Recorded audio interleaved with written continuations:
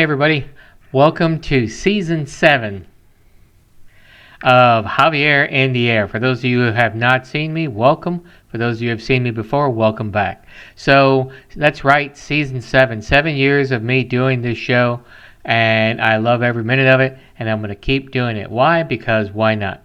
So New year means new items, new stuff, perhaps even new skits, even new segments, even new interviewees. We're going to see how it goes. So, as always, if anybody wants to be on the show, just let me know. All right, so um, I've been hitting a couple of new places. I've been doing a couple of new things, and I'm going to see what I can get on here for today. I already have some stuff filmed for the next episode. That's how much stuff I had. So let's go ahead and go into our segment that we're going to continue to have on the show that I like, and we'll go a little bit over it for those who are new to the show. This is Trash in the Hood.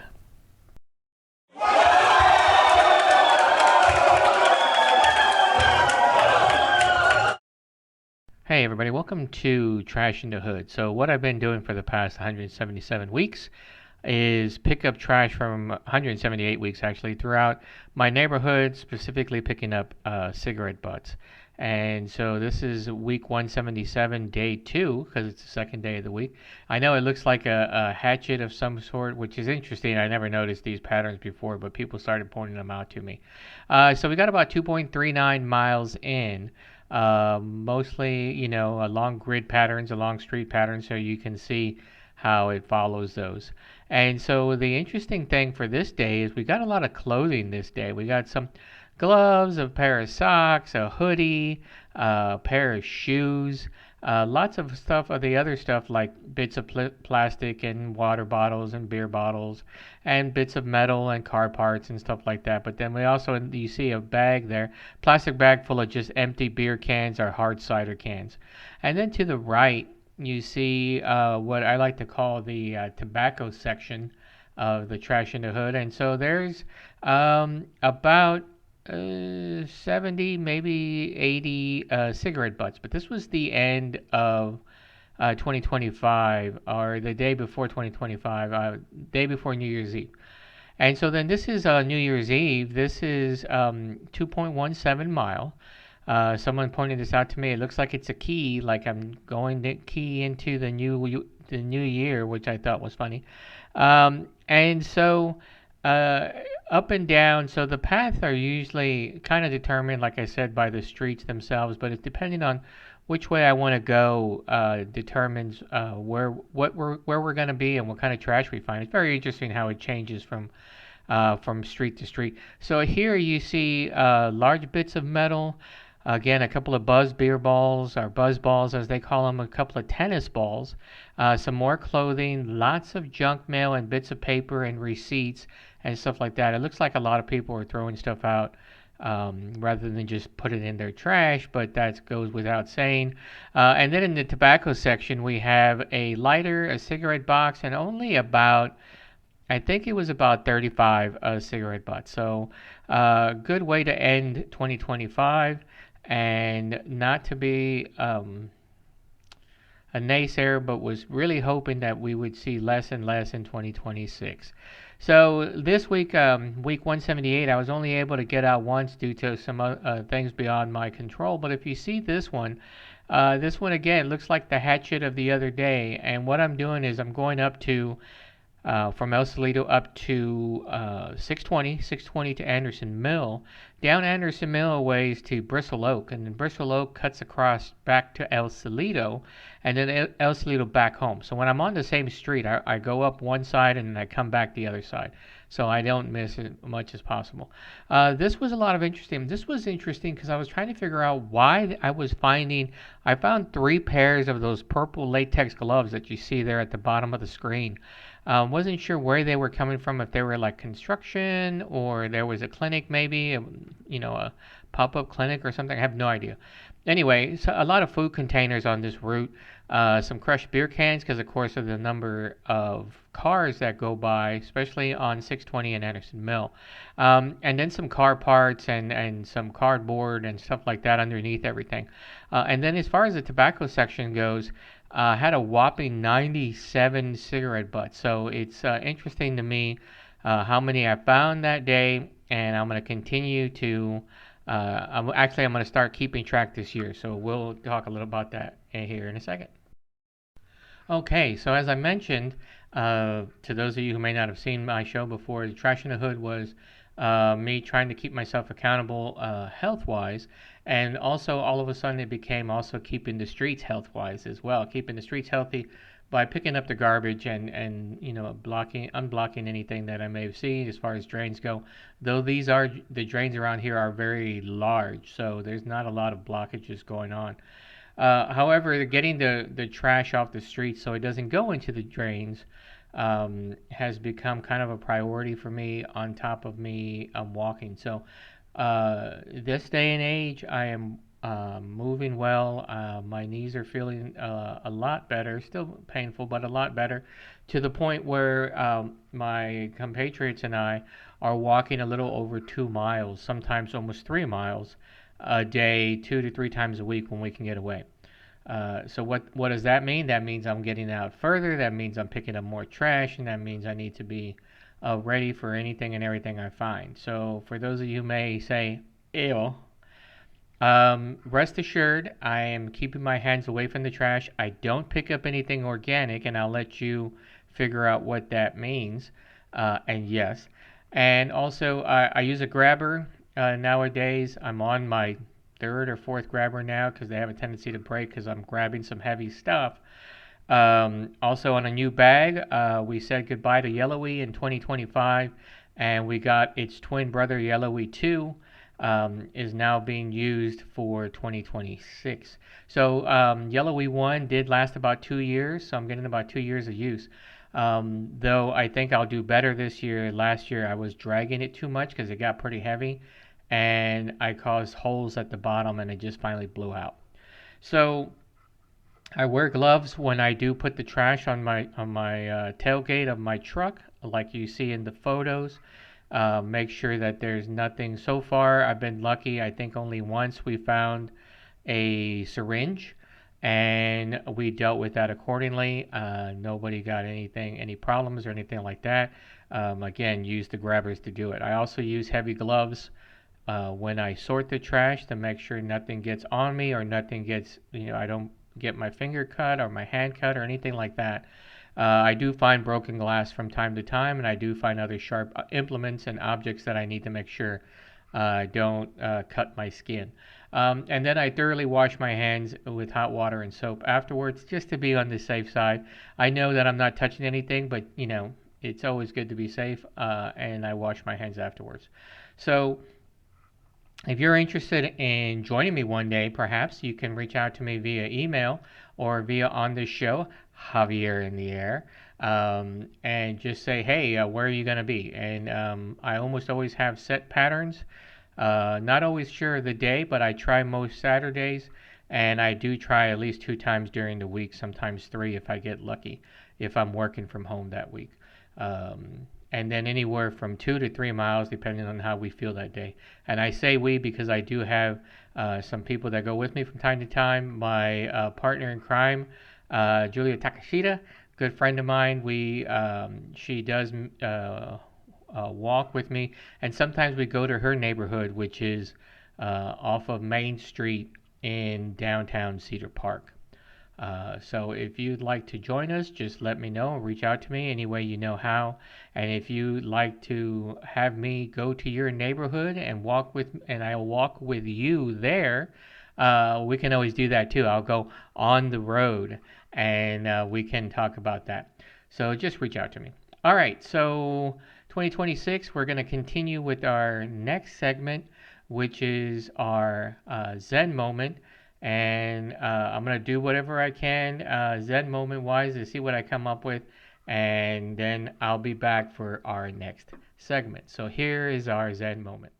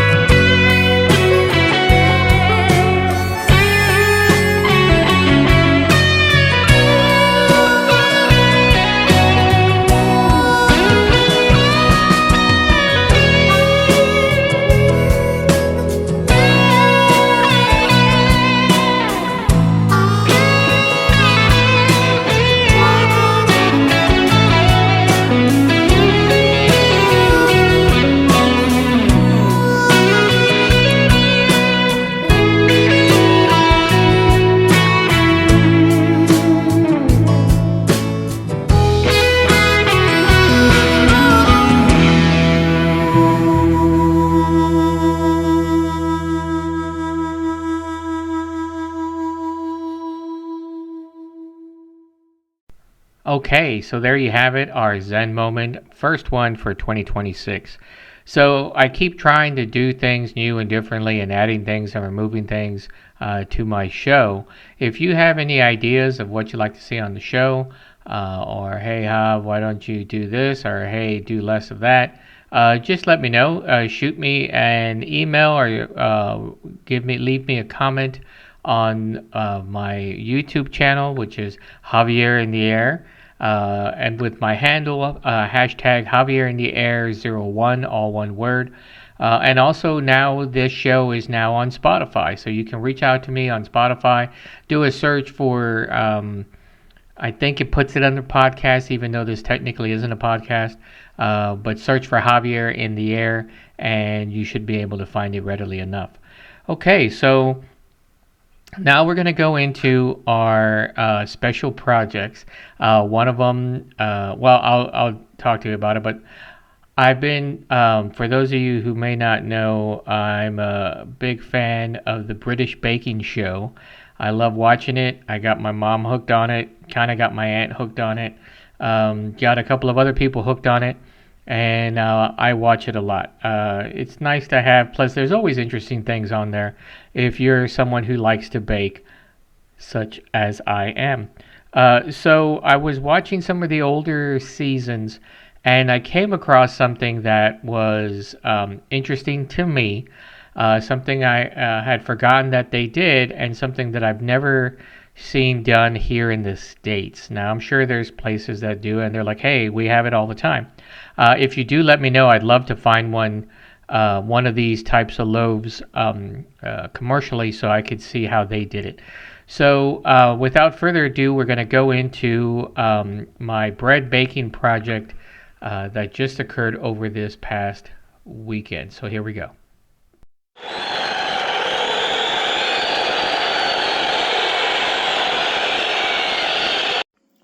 Hey everybody, I decided to challenge myself today, and this morning I am making Paul Hollywood's cottage loaf. Now, I've been binging British Baking Show for a while now, many years, and I was watching it just a couple of weekends ago, and I thought it'd be interesting for me to try to do this interesting loaf.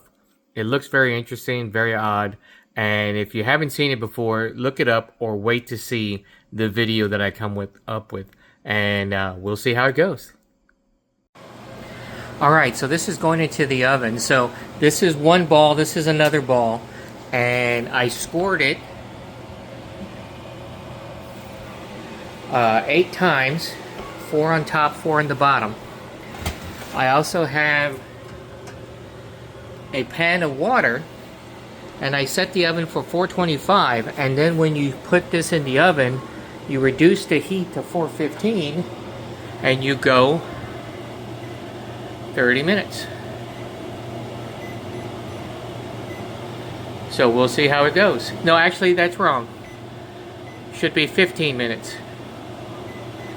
Because what you're going to do is you're going to reduce the temperature afterwards. After these 15 minutes you reduce it and you bake it longer, and then you check to make sure it's a good loaf.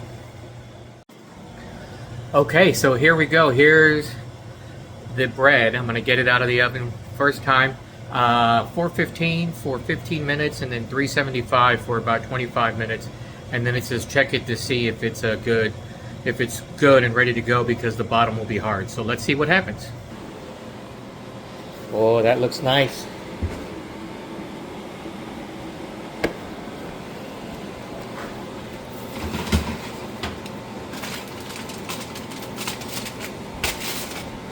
I'm gonna have to put this down, but there's the loaf.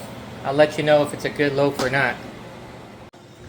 Okay, so it wasn't quite ready. The bottom was still soft. So what Paul Hollywood says is to you check the bottom of the bread and see if it's hard, and if it taps, not super hard, but like just hard like a fresh baked loaf. This is still kind of soft, and I think it's probably because I put aluminum foil as the sheet rather than an actual cookie sheet. So I'm gonna let it go for another 7 minutes and we'll see how it looks. Okay, so there you have it. So I had to go an extra 14 minutes, but the reason being probably is because my oven's not heating as well as I thought it does, even though it has a temperature gauge that I put in there. But I did tap the bottom and it was solid, or solid enough, because if I go any longer, I think it's going to burn the top. So, anyway, here's how it looks. This is the final Paul Hollywood's recipe for a cottage loaf. So there you go. So you see this top part and this bottom part. This is 1/3 of the loaf of the dough that I made. This is 2/3. So this right here, very hard, very nice though. And this is quite hard as well, as it should. It should have a nice crust to it. And it turned out pretty good. So what you're supposed to do is you take floured fingers while the dough is, when you have these on top, floured fingers, and you drive it through the center so that they become one. And the reason why you do that is because you want it to cook as one loaf. If you don't do that, what happens is this rises when you're baking it, and it falls off, or it does some kind of crazy half thing. I think this turned out pretty good for my first adventure of a cottage loaf. So I'm gonna crack this puppy open later on, cut into it, and see what I get. All right, so I'm gonna go ahead and cut into the bread now, and we'll see what we get.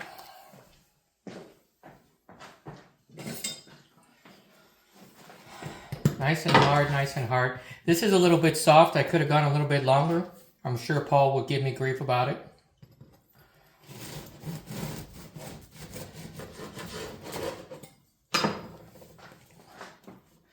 There's the loaf. Yeah, see, it's not springing back. Paul would fail this. This is springing back, so this is nice, but you see how it sticks there? That means it wasn't cooked long enough.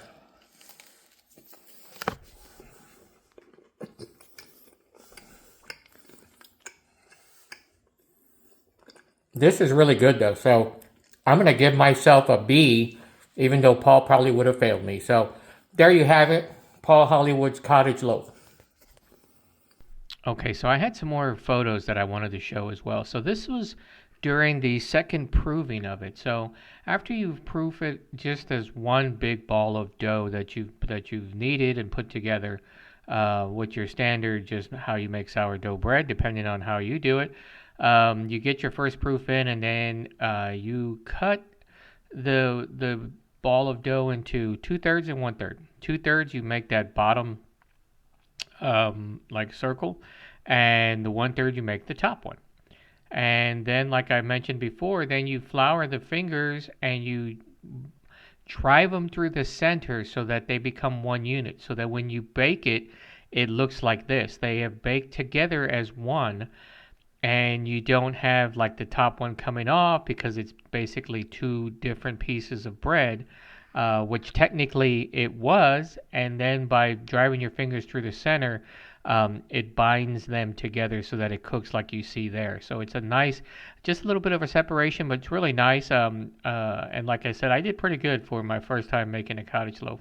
And then here's just a top view of it. You don't really see the hole that is made when you drive your fingers through the center. You also dust it with flour a bit before you put it in the oven. And I guess it's to help so that it doesn't burn the top. I'm not sure, but I'm assuming that's why.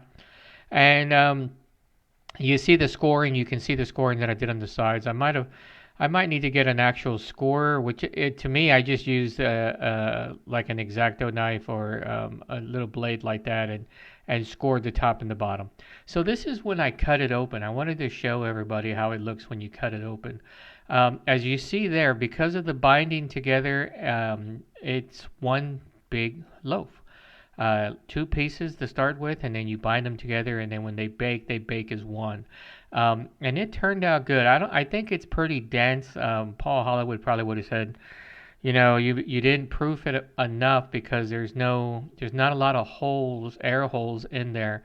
But it tastes fantastic to me. So whether it's overly dense or whatever else you want to critique it, which by the way, if you have any critiques for me, please let me know.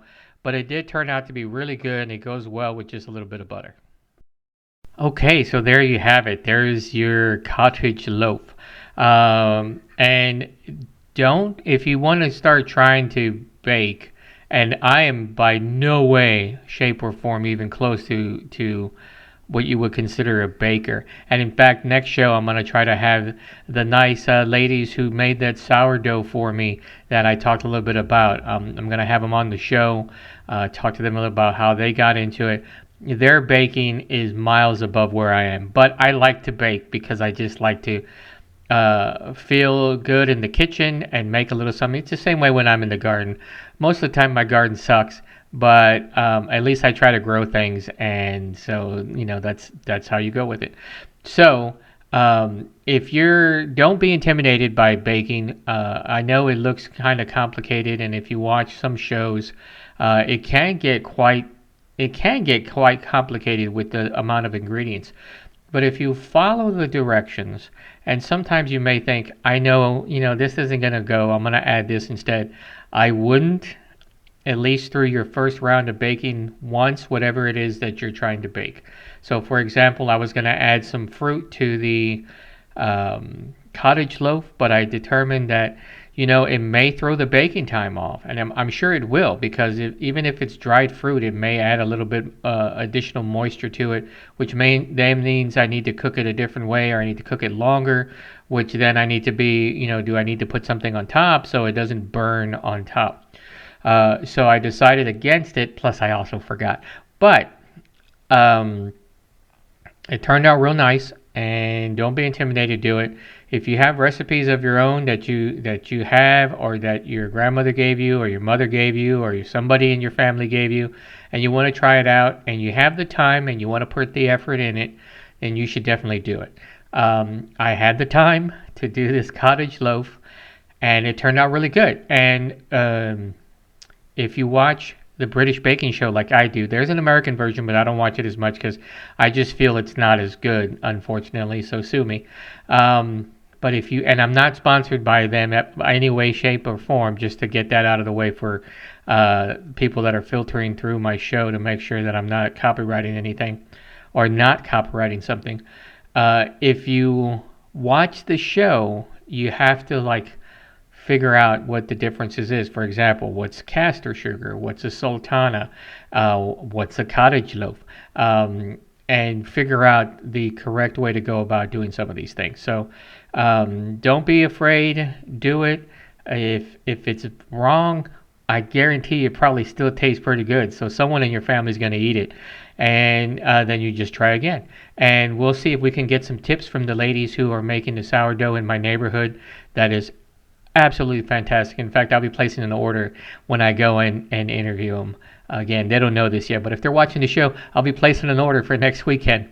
So anyway, now we're going to go to the last segment of the show, at least of this show. It's going to be our spirit times.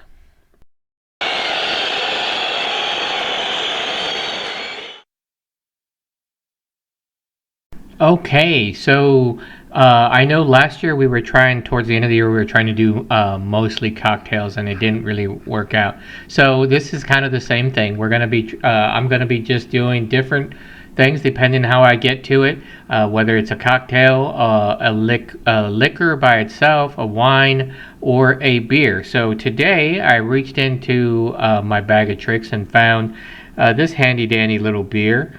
So it is called Spider Dance. So let me show you the can, because I have my glasses on because I want to read the entire can to you. It's absolutely fantastic. This is a collaboration beer from Wayfinder out of Portland, Oregon, and it's also from well, I'll tell you in a second. So there's two breweries that got together to make this, called Spider Dance, and it says Premium Fest Beer.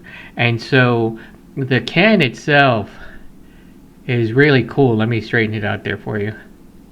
So Spider Dance, and you see that, and it's got like a gold top too, and it's really good.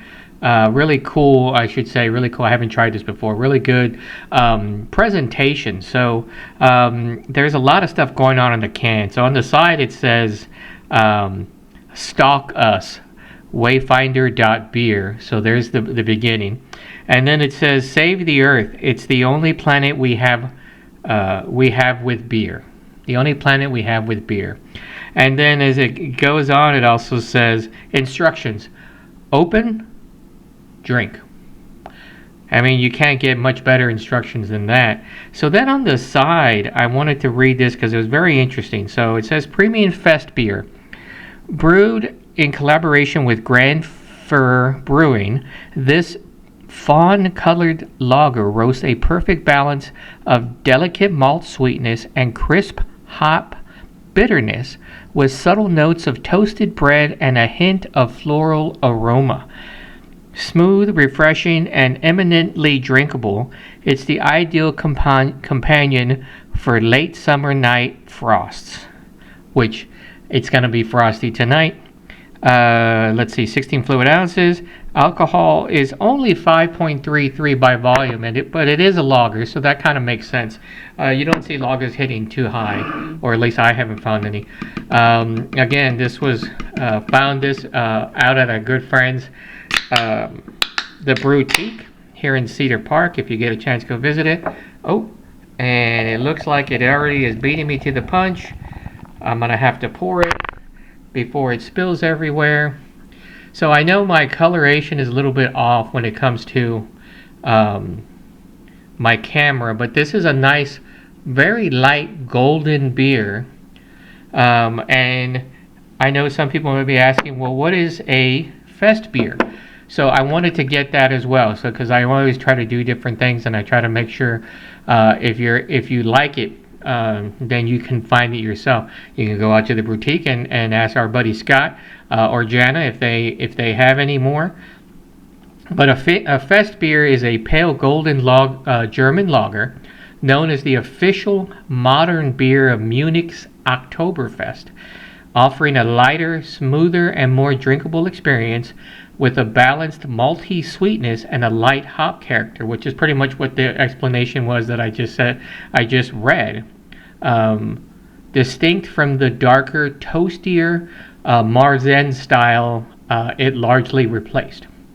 It's a bottom fermented beer, often called Weissen, the local name for Oktoberfest, with deep gold color, bready notes, and a crisp, refreshing finish, perfect for festival drinking. So I'm not having a festival today, but I am drinking. Excuse me, see, I already started.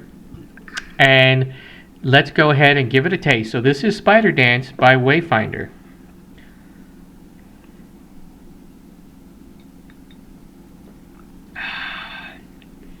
It is very light, very refreshing. It's a very nice starter beer. You know, if you're going to go into the heavier beers later on, your stouts, your porters, your triples, your stuff like that, you may want to start with something nice and light. I can see this with a nice, maybe a early afternoon bratwurst, maybe some barbecue.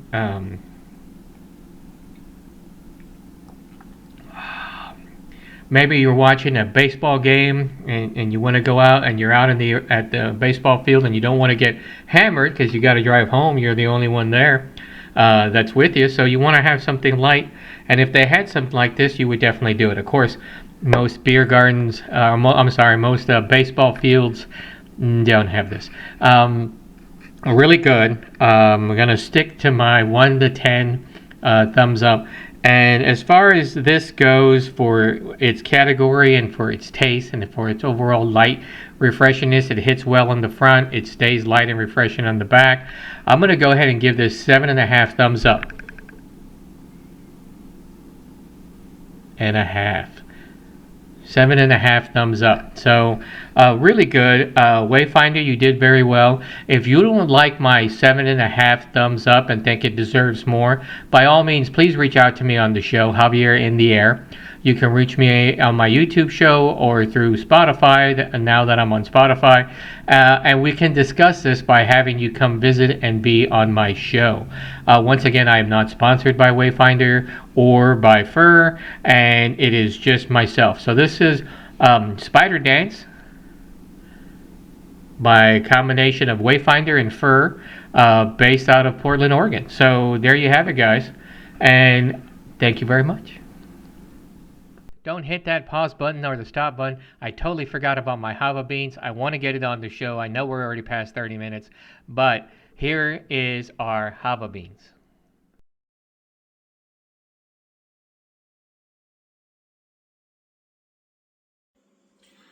Hey everybody, welcome to Jav-A Beans, second edition.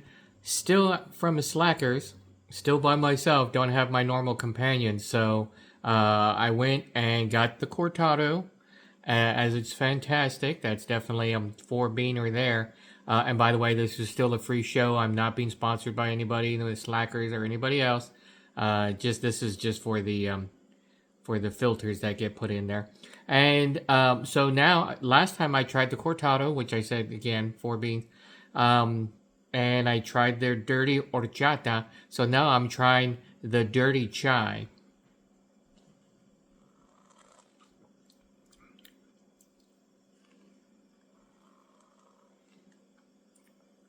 So this is just regular chai with shot of espresso in it, which is why they call it dirty. Pretty good. The combination is a little weird. I usually like the beans in a dirty chai, but for some reason this doesn't match with their chai that much. So I'm only going to give it 2.5 beans for their dirty chai. And this is out at Slackers. I recommend you go. Definitely get the dirty horchata and definitely get the cortado if you're into coffee. So there you have it. Thanks a lot, everyone. Okay, so there you have it. This will be quick because I went much longer than I thought I would be. I almost totally forgot about the Jav-A Beans. I apologize to myself for almost forgetting it. If you have a location that, yeah, a mom and pop location or any location that does coffee other than the big franchises, let me know and I'd love to go out there. So I have one. I just went out to today. It'll be on next time's show in 2 weeks. Like I said, I also have some, hopefully, the ladies who make the fantastic sourdough breads that I've been talking about. Maybe some gardening tips, and we'll see if we come up with any other new segments for the show. All right, so that's it, everyone. I hope you have. I hope you're staying warm on this cold day here in Cedar Park and Austin areas. Hope you're staying warm wherever you are, and I will see you again in 2 weeks for episode 2. Thanks a lot, everyone.